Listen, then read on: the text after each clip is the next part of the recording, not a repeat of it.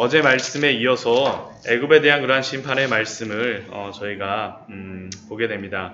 오늘 그 30장 말씀에서는 시작하는 그러한 때가 언제인지가 정확하게 나와 있지는 않습니다. 아마 추측하기로는 29장에서 나왔던 그러한 그 때를 이어서 말씀하시는 그러한 말씀으로 생각을 합니다. 그러니까 29장의 그러한 내용, 그 17절부터 21절까지 그 내용은 아니고요. 그 29장 처음에 시작하였던 그때 11째, 열째 달, 12째 날 그 즈음서부터 시작해서 30장의 이러한 그 하나님의 예언이 거의 비슷하게 되어지지 않았을까라는 생각이 드는데, 그래서 그런가 이 앞에 나왔던 그러한 말씀과 거의 유사한 말씀으로 반복되어지고 있습니다. 오늘 말씀에서는 2절 말씀을 보면 너희는 통곡하여 이르기를 슬프다 이날이여 하라 라고 에스겔 선지자에게 말씀합니다. 애굽을 향하여서 슬픈 노래, 그 애가를 부르라고 말씀하십니다.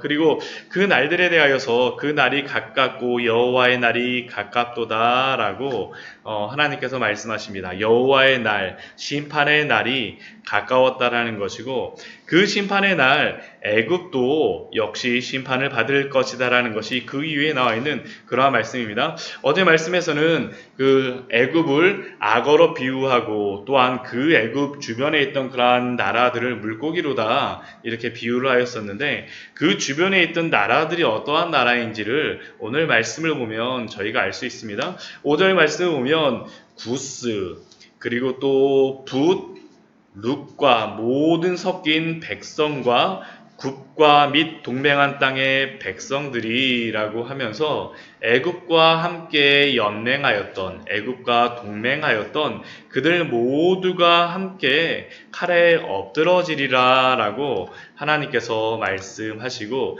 예언하십니다.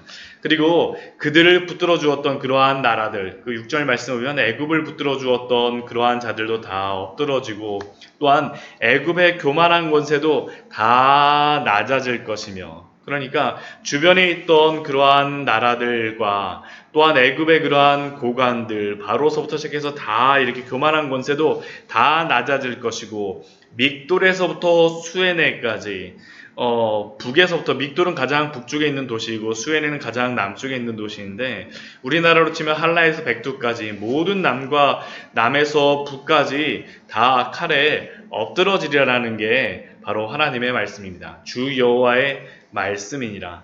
그리고 이러한 모든 것들을 통하여서 그들이 나를 여호와인 줄을 알리라. 또 10절 말씀을 보면 이렇게 행하시는 분이 바로, 이렇게 행하시는 하나님께서 사용하시는 그러한 사람이 그러한 바벨론의 느부갓네살 왕으로, 하나님께서는 그러한 심판을 이스라엘 그 애굽에 임하게 할 것임을 알려주십니다. 또한 이러한 것들이 하나님의 분노가 임하는 그러한 도시들, 그러한 도시들 가운데 있었던 일들을 13절 이후의 말씀에서 보면 쭉 나오는데, 내가 그 우상들을 없애며 신상들을 높 가운데에서 부수며 애굽 땅에서 왕이 다시 나지 못하게 하고, 우상을 섬겼던, 우상의 중심 도시였던 그러한 놉을 다 부술 것이고, 또한 애굽의 그러한 중심의 그러한 유명한 도시들, 그 뒤에 보면 나옵니다. 14절 말씀 보면 바드로스, 또한 소안, 또는 애굽의 견고한 성들 신과 노나라, 이러한 그 도시들 가운데 하나님의 그러한 모든 심판이 임할 것임을 알려주십니다. 그리고 그러한 것들을 통하여서 내가 여호와인 줄을 그들이 알리라 하라 하셨다라고 하나님께서 말씀하십니다.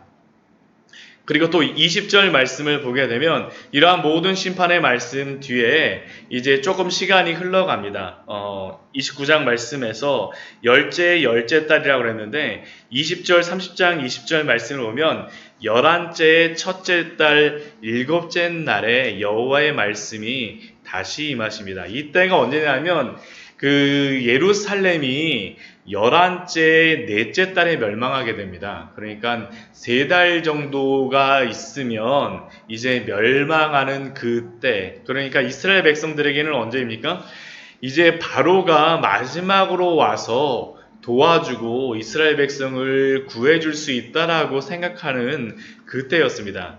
그러니까 그때 마지막 이제 희망이라고 생각했던, 이스라엘 백성에게 희망이라고 생각했던 그때에 하나님께서 다시 에스겔 선지자에게 임하셔서 말씀하십니다.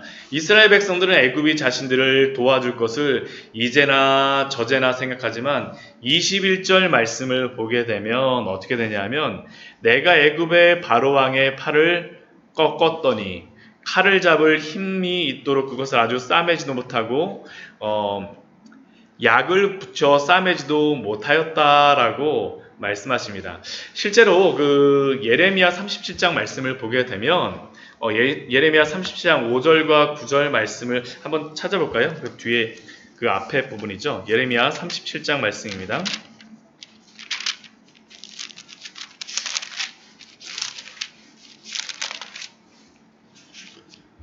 5절 말씀을 보게 되면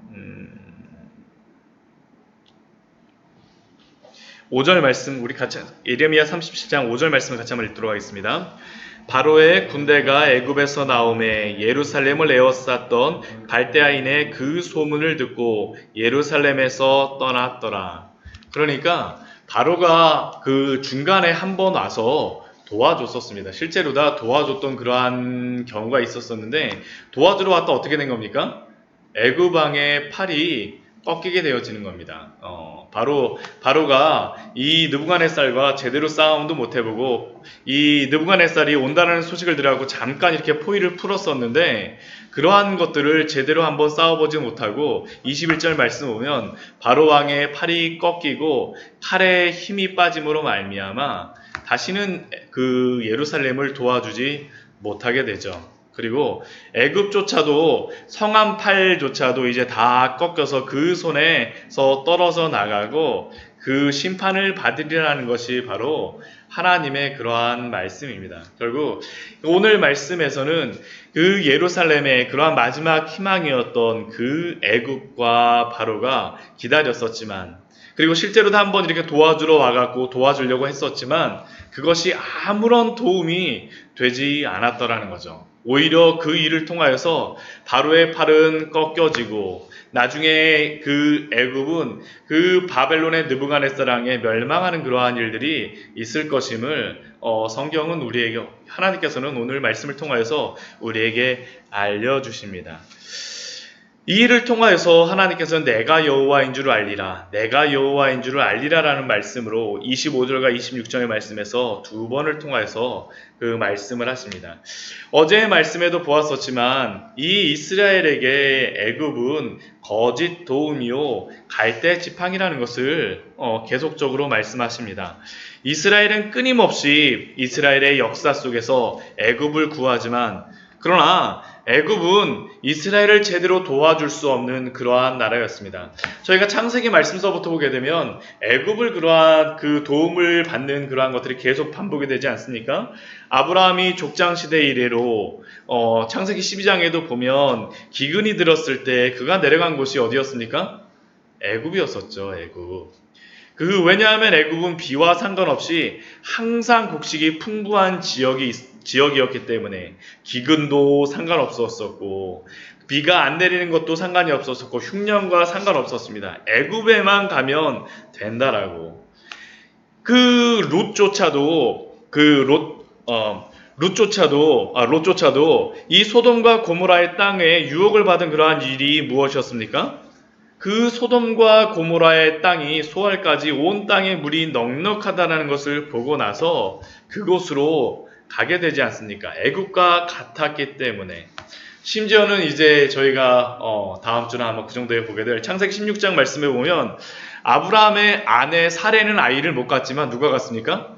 애굽 종이었던 하갈은 아이를 갖게 되죠. 애굽이라고 이렇게 하는 그러한 나라는 이스라엘 백성들에게 항상 풍요로움과 풍부함을 주게 하였던 그러한 나라였습니다. 그들에게 항상 풍요로움을 보이는 그러한 항상 유혹이 되는 그러한 나라.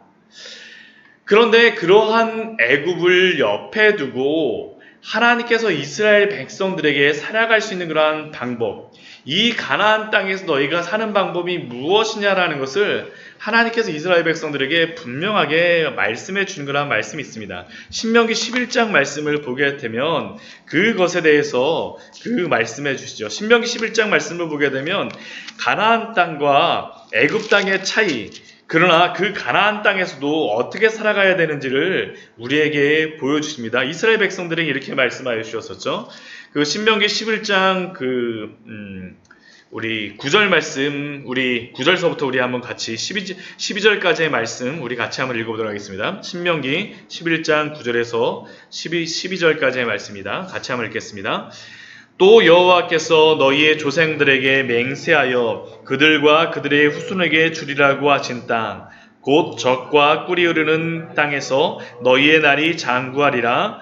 내가 들어가 차지하려 하는 땅은 내가 나온 애굽 땅과 같지 아니하니 거기에서는 너희가 파종한 후에 발로 물대기를 채소밭에 댐과 같이 하였거니와 너희가 건너가서 차지할 땅은 산과 골짜기가 있어서 하늘에서 내리는 비를 흡수하는 땅이요 내 하나님 여호와께서 돌보아 주시는 땅이라. 연초부터 연말까지 내 하나님이 여호와의 눈이 항상 그 위에 있느니라.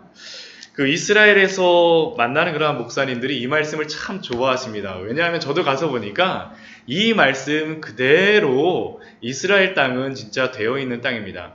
그 오늘 말씀 보게 되면 9절 말씀 보게 되면 이스라엘 땅을 젖과 꿀이 흐르는 땅이라고 말씀해요. 실제로 다 젖과 꿀이 흐르는 땅이고 그곳은 여러 가지 농사가 되어지는 그러한 땅이지만 애굽 땅과의 그러한 차이가 무엇입니까?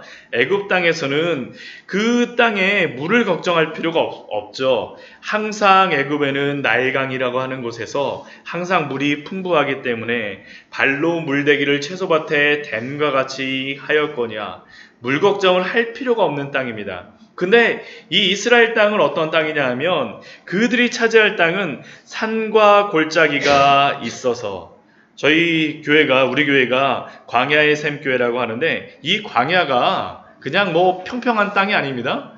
보면 산과 골짜기입니다. 산과 골짜기, 돌이 이렇게 풍성한 그러한 땅입니다. 진짜 돌만 보이는 그러한 땅입니다.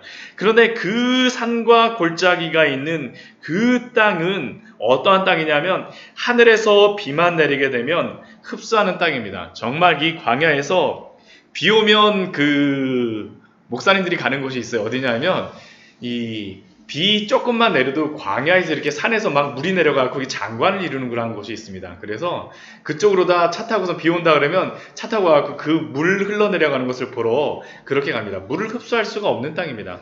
이스라엘 땅이 바로 이런 곳이죠.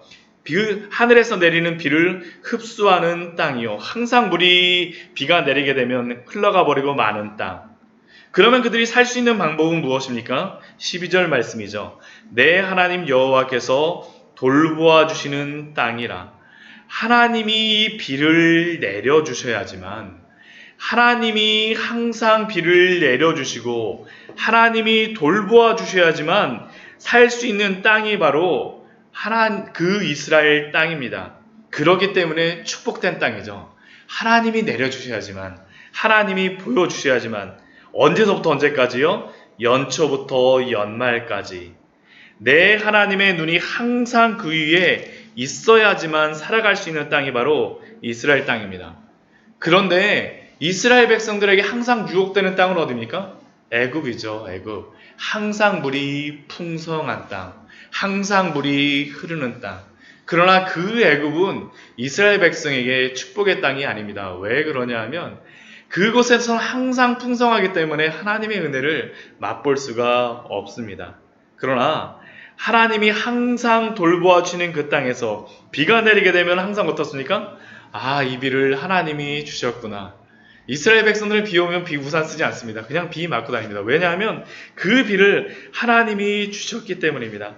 하나님이 주셨기 때문에 오늘도 돌보아 주시기 때문에 연초부터 연말까지 하나님이 돌보아 주셔야지만 우리가 살 수 있는 그 땅.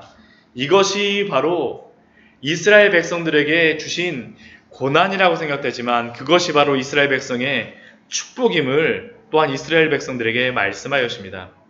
저희 교회도 그렇고 우리들도 그런 것 같습니다. 하나님이 날마다 돌보아 주셔야지만 연초부터 연말까지 보아주셔야지만, 아침부터 저녁까지 함께 해주셔야지만 살아갈 수 있는 사람이 바로 성도 아닙니까? 하나님 은혜 안에서 살아갈 수 있는 사람들.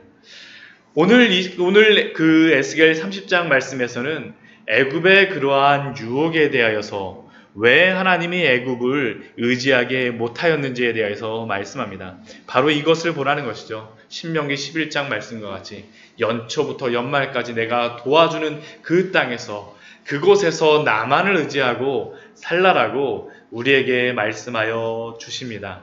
오늘 하루의 삶 속에서도 연초부터 연말까지 돌보아주시는 그 하나님의 눈을 바라보며, 오늘 하루의 삶 속에서 아침부터 저녁까지 하나님이 저를 붙잡아 주시옵소서, 하나님이 저를 인도하여 주십시오, 하나님이 누구인지를 알게 하여 주시옵소서, 내가 여호와인 줄 그들이 알리라. 오늘 하루를 통하여서 하나님이 누구인지를 알 수 있는 귀한 은혜의 시간이 될 수 있도록 주여 붙들어 주시옵소서. 우리 살아가시는 우리 귀한 성도님들 되시기를 축원합니다. 같이 기도하도록 하겠습니다.